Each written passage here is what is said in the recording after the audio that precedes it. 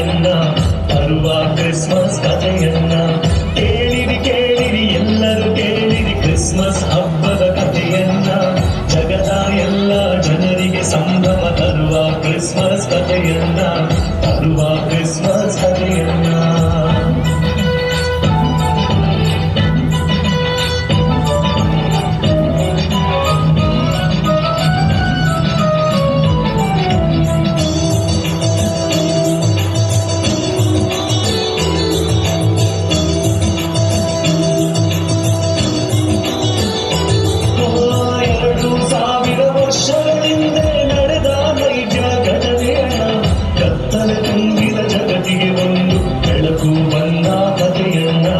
ಬೆಳಕು ತಂದ ಕಥೆಯನ್ನ 2000 ವರ್ಷಗಳಿಂದ ನಡೆದ ನೈಜ ಘಟನೆಯನ್ನ ಕತ್ತಲೆ ತುಂಬಿದ ಜಗತ್ತಿಗೆ ಒಂದು ಬೆಳಕು ಬಂದ ಕಥೆಯನ್ನ ಬೆಳಕು ತಂದ ಕಥೆಯನ್ನ ಕೇಳಿರಿ ಕೇಳಿರಿ ಎಲ್ಲರೂ ಕೇಳಿರಿ ಕ್ರಿಸ್ಮಸ್ ಹಬ್ಬದ ಕಥೆಯನ್ನ ಜಗದ ಎಲ್ಲ ಜನರಿಗೆ ಸಂಭ್ರಮ ತರುವ ಕ್ರಿಸ್ಮಸ್ ಕಥೆಯನ್ನ ತರುವ ಕ್ರಿಸ್ಮಸ್ ಕಥೆಯನ್ನ ಮಾನವನನ್ನು ಪ್ರೀತಿಯಿಂದ ಸೃಷ್ಟಿ ಮಾಡಿದ ದೇವರು ಇತರ ಎಲ್ಲಾ ಸೃಷ್ಟಿಗಳ ಮೇಲೆ ಅವನಿಗೆ ಒಡೆತನವನ್ನು ನೀಡುತ್ತಾರೆ.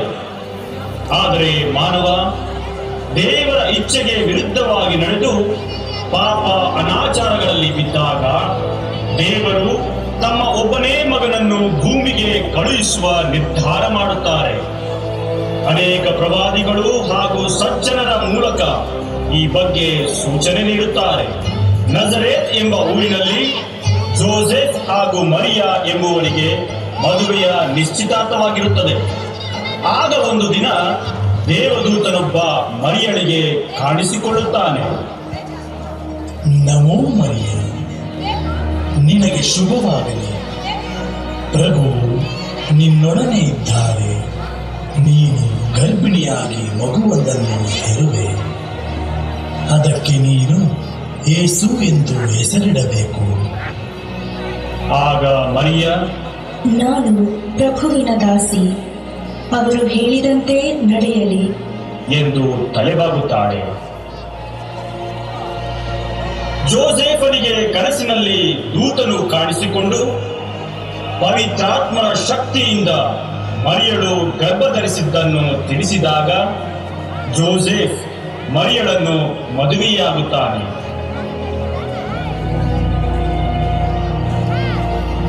ಮರಿಯ ತುಂಬು ಗರ್ಭಿಣಿಯಾಗಿದ್ದಾಗ ಒಂದು ದಿನ,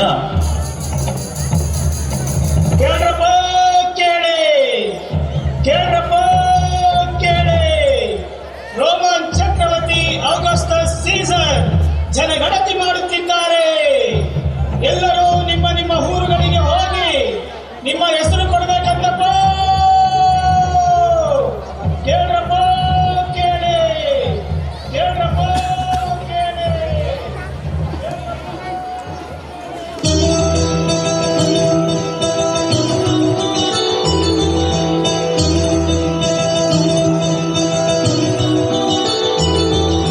ತುಂಬು ಗರ್ಭಿಣಿ ಮರಿಯಳ ಕೂಡಿ ಜೋಸೆಫ್ ಹೊರಟನು ಆ ಕ್ಷಣದಿ. ದಾವಿದ ವಂಶದ ಜೋಸೆಫ್ ಹೊರಟನು ಬೆತ್ಲೆಹೇಮಿನ ಮಾರ್ಗದಲ್ಲಿ. ತುಂಬು ಗರ್ಭಿಣಿ ಮರಿಯಳ ಕೂಡಿ ಜೋಸೆಫ್ ಹೊರಟನು ಆ ಕ್ಷಣದಿ. ದಾವಿದ ವಂಶದ ಜೋಸೆಫ್ ಹೊರಟನು ಬೆತ್ಲೆಹೇಮಿನ ಮಾರ್ಗದಲ್ಲಿ.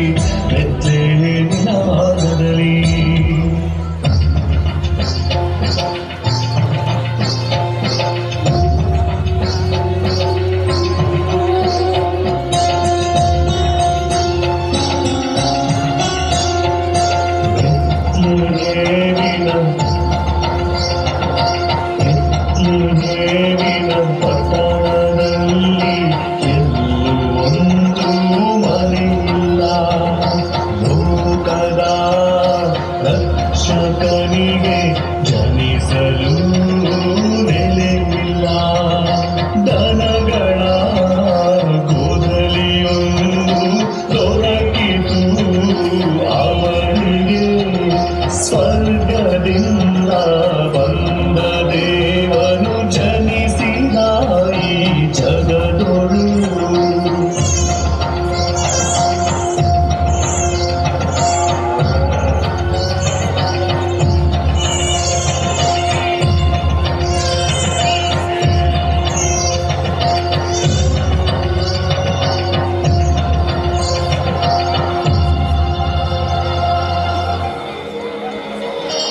ಯೇಸು ಹುಟ್ಟಿದ ಆ ಕ್ಷಣದಲ್ಲೇ ಭಾನು ಭುವಿಯಲ್ಲಿ ಸಂತೋಷ ಸಂಭ್ರಮದ ವಾತಾವರಣ ಮೂಡುತ್ತದೆ.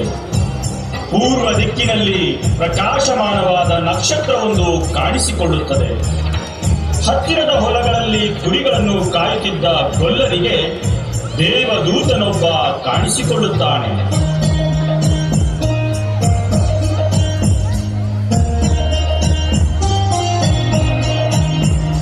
ಅಂಜಬೇಡಿರಿ, ಆನಂದಗೊಳ್ಳಿರಿ, ಲೋಕರಕ್ಷಕ ಹುಟ್ಟಿಹನು.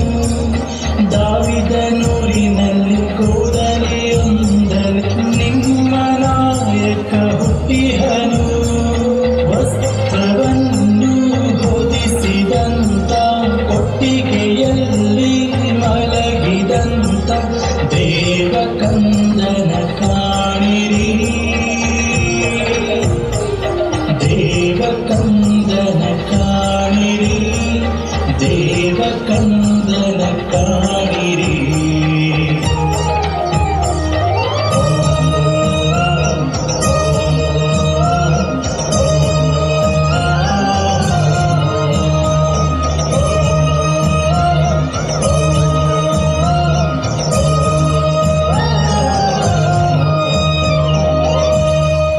ದೂತನ ಮಾತನ್ನು ಕೇಳಿದ ಕುರುಬರು ಸಂತಸದಿಂದ ಗೋದಲಿಯತ್ತ ನಡೆಯುತ್ತಾರೆ.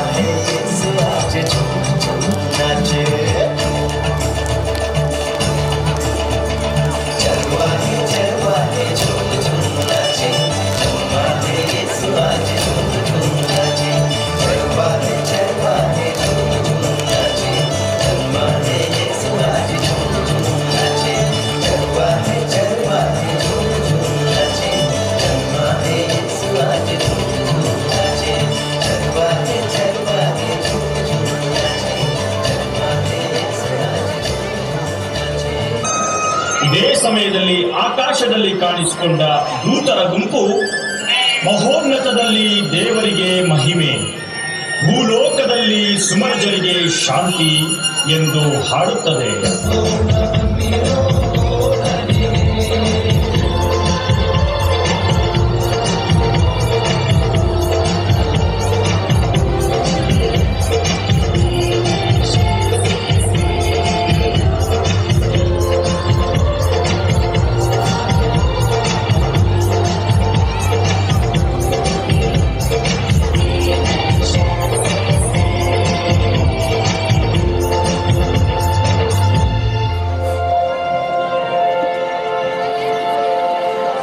ಪೂರ್ವ ದಿಕ್ಕಿನಲ್ಲಿ ಕಾಣಿಸಿಕೊಂಡ ನಕ್ಷತ್ರವನ್ನು ಕಂಡ 3 ರಾಜರು ಅದು ಅರಸನ ಹುಟ್ಟಿನ ಸೂಚನೆ ಎಂದು ಅರಿತು ಕಂದ ಯೇಸುವನ್ನು ಹುಡುಕಿಕೊಂಡು ಬರುತ್ತಾರೆ.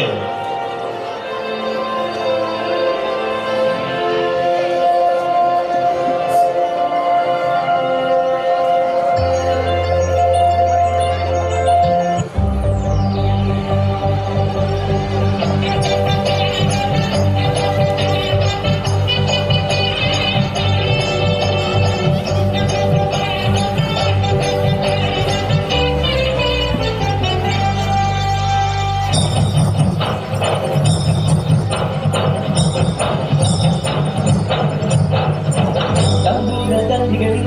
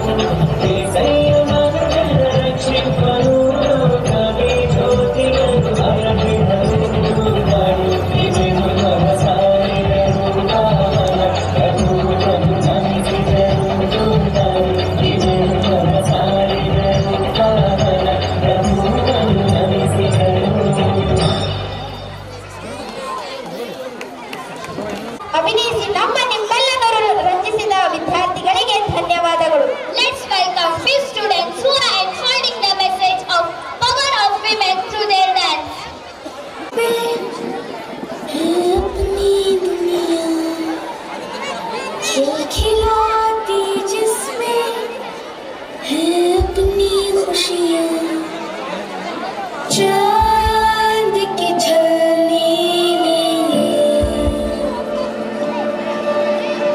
तारे चुनते हैं जादू है ये जहां है नहीं कोई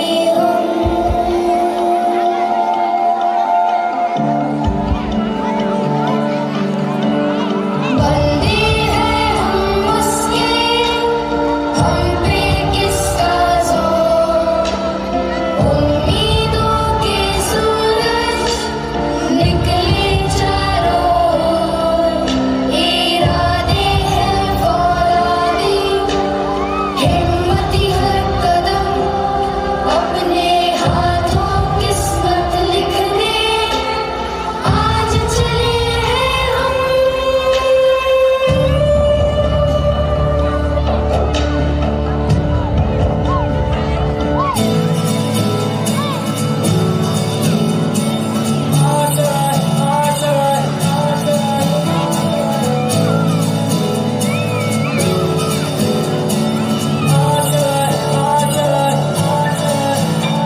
कुछ पाने की हो आस आस, कोई अरमा हो जो खास खास आशा है। हर कोशिश में हो बार बार कर दरियाओं को आर पार आशा है। तूफानों को चीर के मंजिलों को छीन ले आशाएं दिल की उम्मीदें हंसे हो गई। अब मुश्किल नहीं कुछ भी, नहीं कुछ भी। आशाएं दिल की उम्मीदें हंसे हो गई। अब मुश्किल नहीं कुछ भी, नहीं कुछ भी।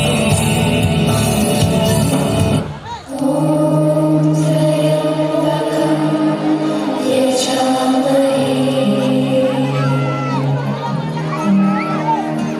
सुगंधिम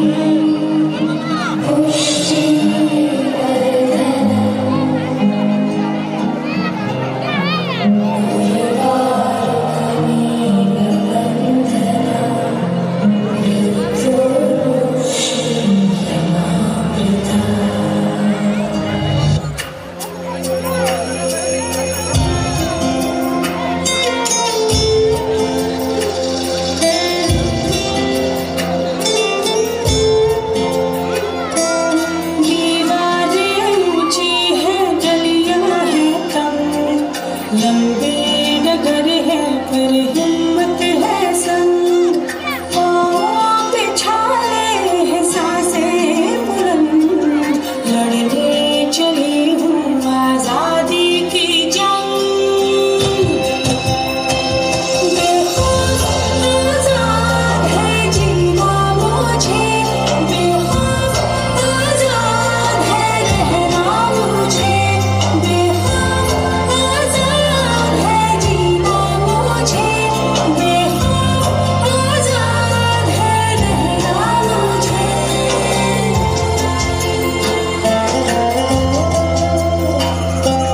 रीति की जंजीरें खा गई जंग न्याय के मंदिर भी हो गए भंग जमाना चले ना चले मेरे संग लड़ने चली हूँ आजादी की जंग बेखौफ आजाद है जीना मुझे बेखौफ आजाद है रहना मुझे बेखौफ आजाद है जीना मुझे बेखौफ आजाद है रहना मुझे।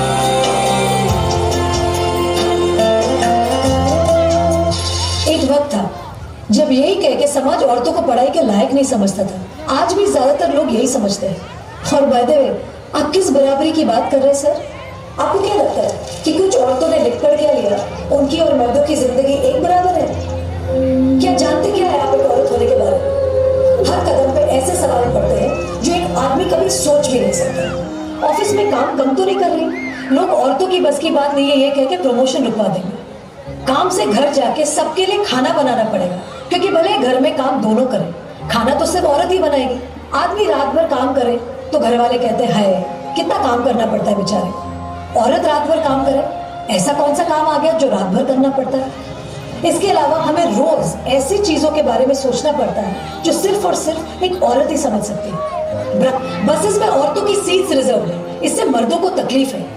कहते हैं बराबरी भी चाहिए और रिजर्वेशन भी।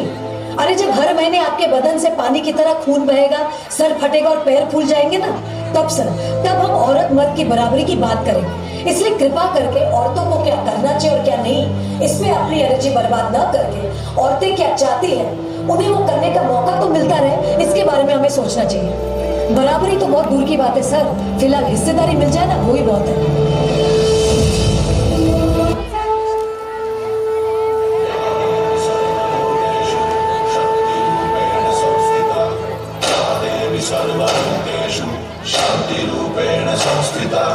आज से अब से आन मेरी, मैं तुमको ना छूने दूंगी। जान को चाहे चलनी कर दो, मान को ना छूने दूंगी। छू के देखो दिल मेरा, तुम्हें दिल में अपने बदलूंगी। कदम में आके देखो तो मैं साथ में तेरे चल दूंगी। पर छेड़ के देखो तुम मुझको, मैं तुमको नहीं छोड़ूंगी। मैं तुमको नहीं छोड़ूंगी। मैं तुमको नहीं छोड़ूंगी।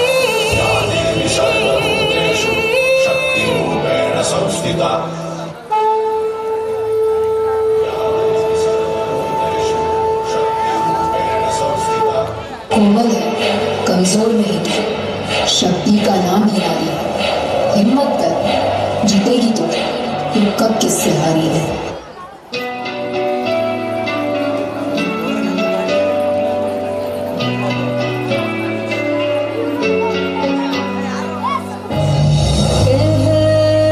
कहता ये पल खुद से निकल, जीते हैं चल, जीते हैं चल, जीते हैं चल। मुसाफिर था जाने दे, धूप आंगन में आने दे। जीते हैं चल, जीते हैं चल, जीते हैं चल।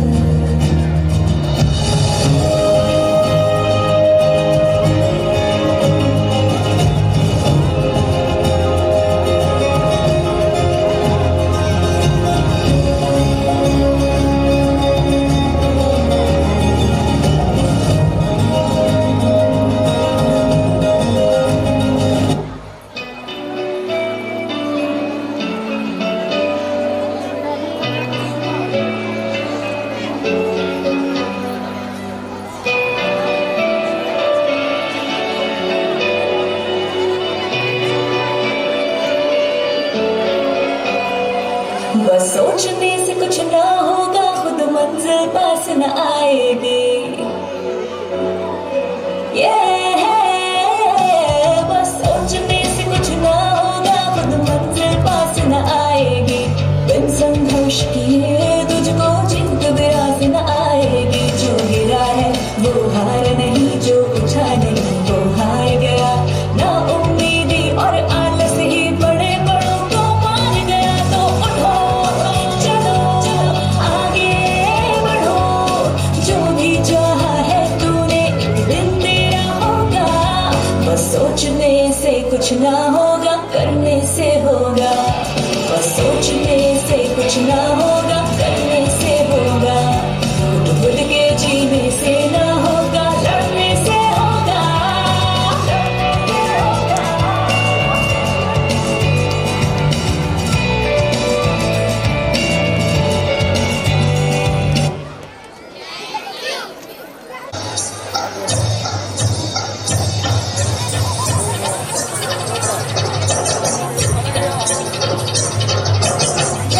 Thank you.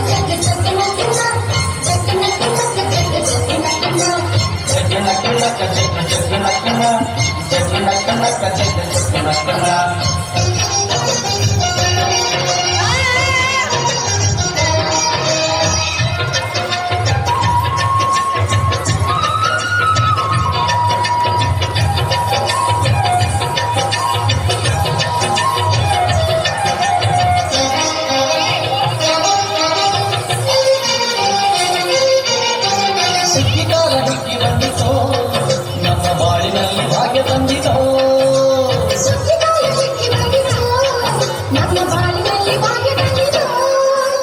ಭಾಗ್ಯದ ರಾಶಿಯ ಎಲ್ಲೆಡೆ ಸಂತ ಭಾಗ್ಯದ ರಾಶಿಯ ಎಲ್ಲೆಡೆ ಸಂತ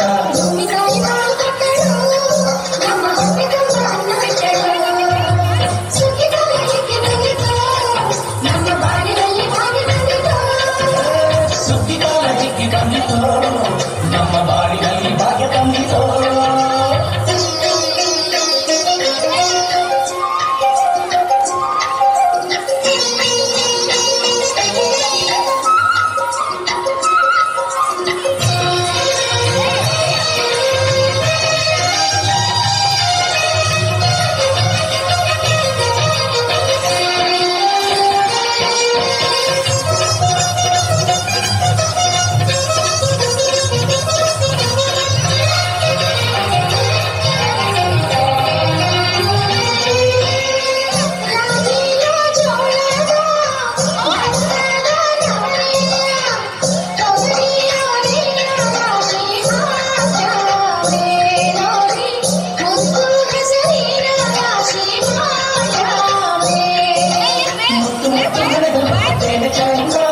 ಸಂತೆಗಂತೆ ಕಟ್ಟಿ ನಿನ್ನ ಒಳ್ಳೆ ಅಂದ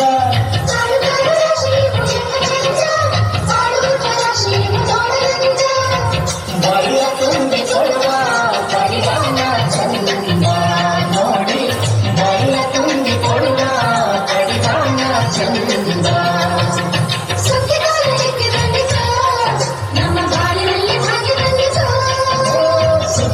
ಹಿಕ್ಕಿ ಬಂದಿತು ನಮ್ಮ ಬಾಳಿನಲ್ಲಿ ಭಾಗ್ಯ ತಂದಿತು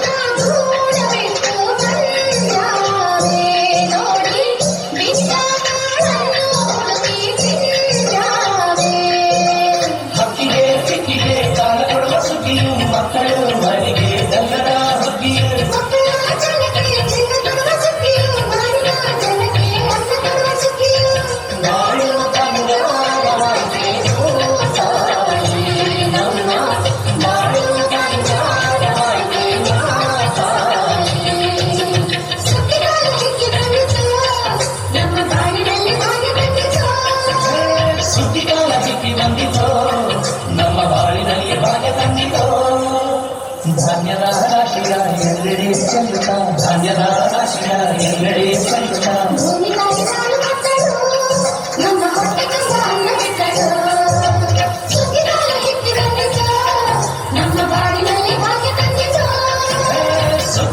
ಹಿಕ್ಕಿ ಬಂದಿತೋ ನಮ್ಮ ಬಾಳಿನಲ್ಲಿ ಭಾಗ್ಯ ತಂದಿತೋ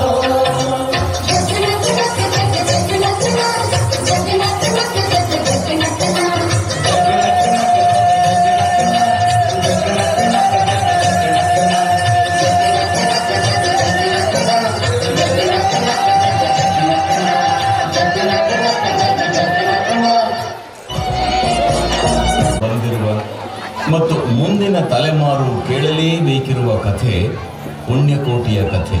ಇದು ಸತ್ಯದ ಕಥೆ, ಇದು ಪ್ರಾಮಾಣಿಕತೆಯ ಕಥೆ.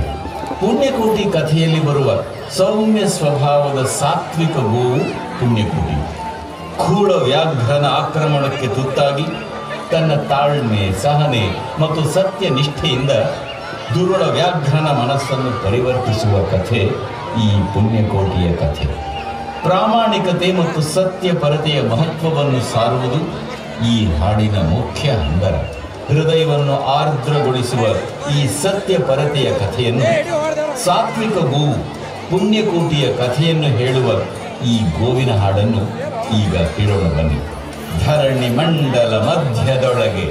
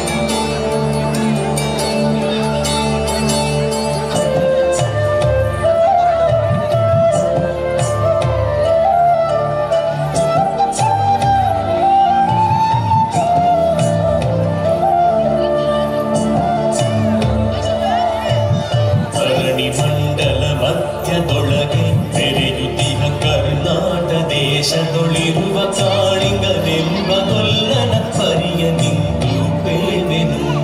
ಧರಣಿ ಮಂಡಲ ಮಧ್ಯದೊಳಗೆ ಮೆರೆಯುತ್ತಿಹ ಕರ್ನಾಟ ದೇಶದೊಳಿರುವ ಕಾಳಿಂಗನೆಂಬ ಗೊಲ್ಲನ ಪರಿಯ ನಿಂತು ಬೇವೆನು.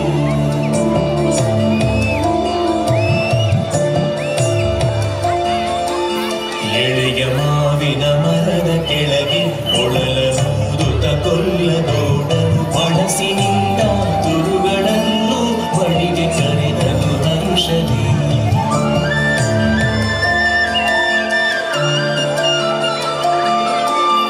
ಎಳೆಯ ಮಾವಿನ ಮರದ ಕೆಳಗೆ ಒಳಲೂದುತ ಕೊಲ್ಲದೋಡನು ಬಳಸಿನಿಂದ ತುರುಗಳನ್ನು ಬಳಿಗೆ ಕರೆದನು ಹರುಷದಿ.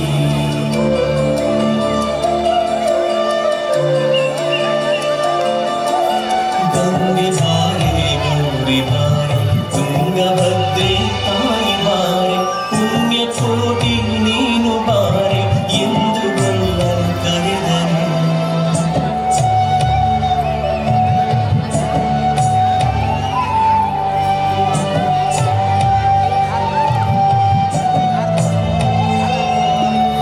ಗಂಗೆ ಬಾರೆ ಗೌರಿ ಬಾರೆ ತುಂಗಭದ್ರೆ ತಾಯಿ ಬಾರೆ ಪುಣ್ಯ ಕೋಟಿ ನೀನು ಬಾರೆ ಎಂದು ಗೊಲ್ಲನು ಕರೆದನು. ಗೊಲ್ಲ ಕರೆದ ದನಿಯ ಕೇಳಿ ಎಲ್ಲ ಹಸುಗಳು ಬಂದು ನಿಂತು ಚಲಿಸೂಸಿ ಹಾರು ಕರೆಯಲು ಅಲ್ಲಿ ತುಂಬಿತು ಬಿಂದಿಗೆ. ಸತ್ಯವೇ ಭಗವಂತನಿಂದ ಪುಣ್ಯ ಕೋಟಿಯ ಕಥೆಯಿದು. ಸತ್ಯವೇ ಭಗವಂತನಿಂದ ಪುಣ್ಯ ಕೋಟಿಯ ಕಥೆಯಿದು.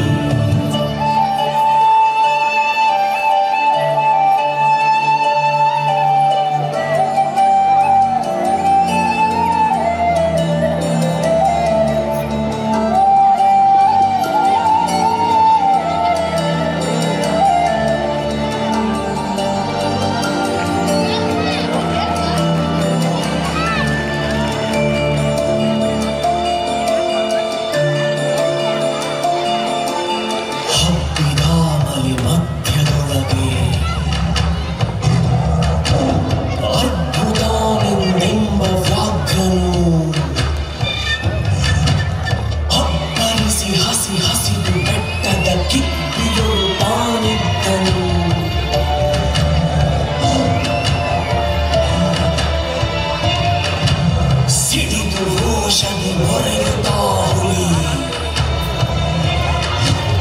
ಕುಡುಕುಡಿಸಿ ಹೋರಿಡುತ್ತ ಚಂದನೆ ತುಳುಕಲೆರಗಿದ ರಭಸ ಕಂಜಿ ಚದುರಿ ಹೋದವು ಹಸುಗಳು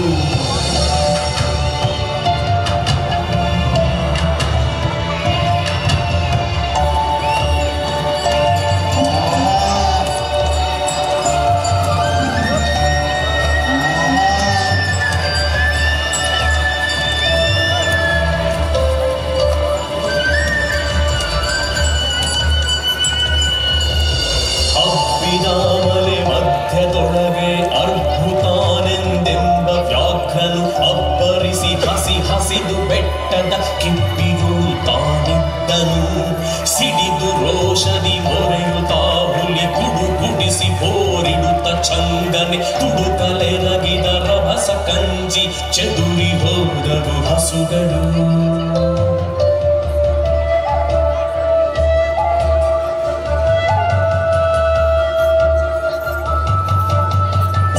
ಕೋಟಿ ಎಂಬ ಹಸು ತನ್ನ ಕಂದನ ನೆನೆದುಕೊಂಡು ಮುನ್ನ ಹಾಲನ್ನು ಕೊಡುವೆ ನಿರುತ್ತಾ ಚಂದನೆ ಬರುತ್ತಿದೆ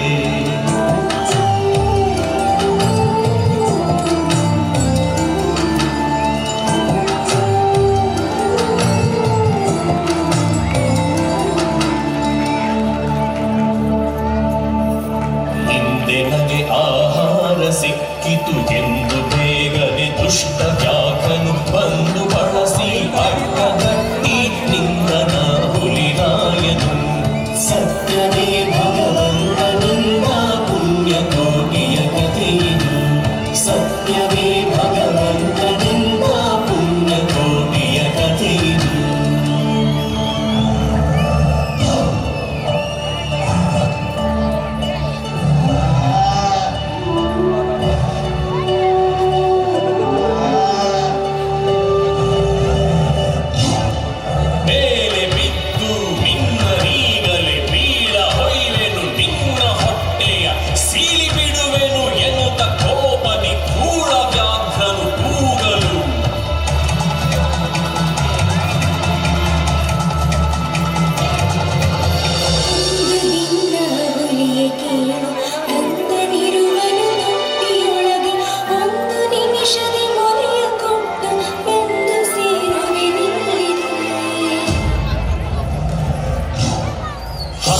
ವೇಳೆಗೆ ಸಿಕ್ಕಿದೊಡವೆಯ ವಶವ ಮಾಡದೆ ಬಿಡಲು ನೀನು ನುಸುಳಿ ಹೋಗುವೆ ಮತ್ತೆ ಬರುವೆಯ ಹುಸಿಯ ನಾಡುವೆ ಎಂದಿತು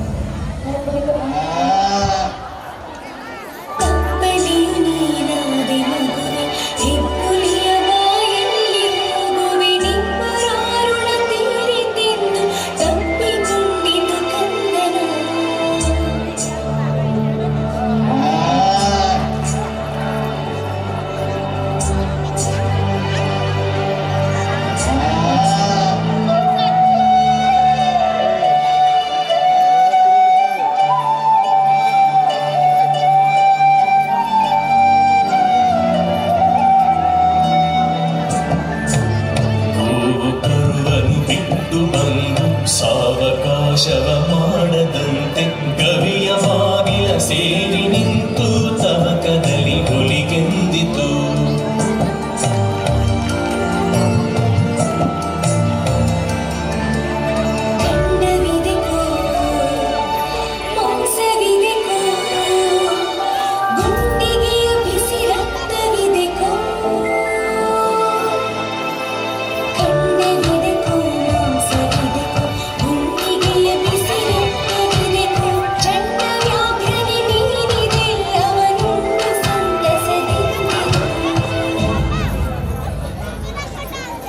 ಪುಣ್ಯಕೋಟಿಯ ಮಾತ ಕೇಳಿ ಕಣ್ಣ ನೀರನ್ನು ಸುರಿಸಿ ಬಂದು ಕಣ್ಣಿಗಿವಳನ್ನು ಕೊಂದು ತಿಂದರೆ ಮೆಚ್ಚನ ಪರಮಾತ್ಮನು.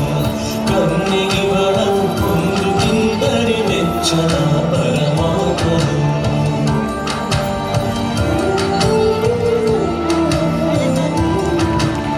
ಎನ್ನ ಒಡಹುಟ್ಟ ನೀನು ನಿನ್ನ ಕೊಂದು ಏನ ಪಡೆವೆನು ಎನ್ನುತ್ತಾ ಹುಲಿ ಹಾರಿ ನೆಗೆದು ತನ್ನ ಪ್ರಾಣವ ಬಿಟ್ಟಿತು.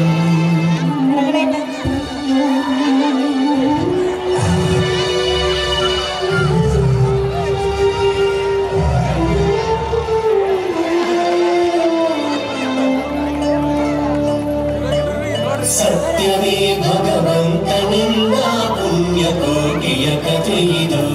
ಸತ್ಯವೇ ಭಗವಂತನಿಂದ ಪುಣ್ಯಕೋಟಿಯ ಕಥೆಯಿದು.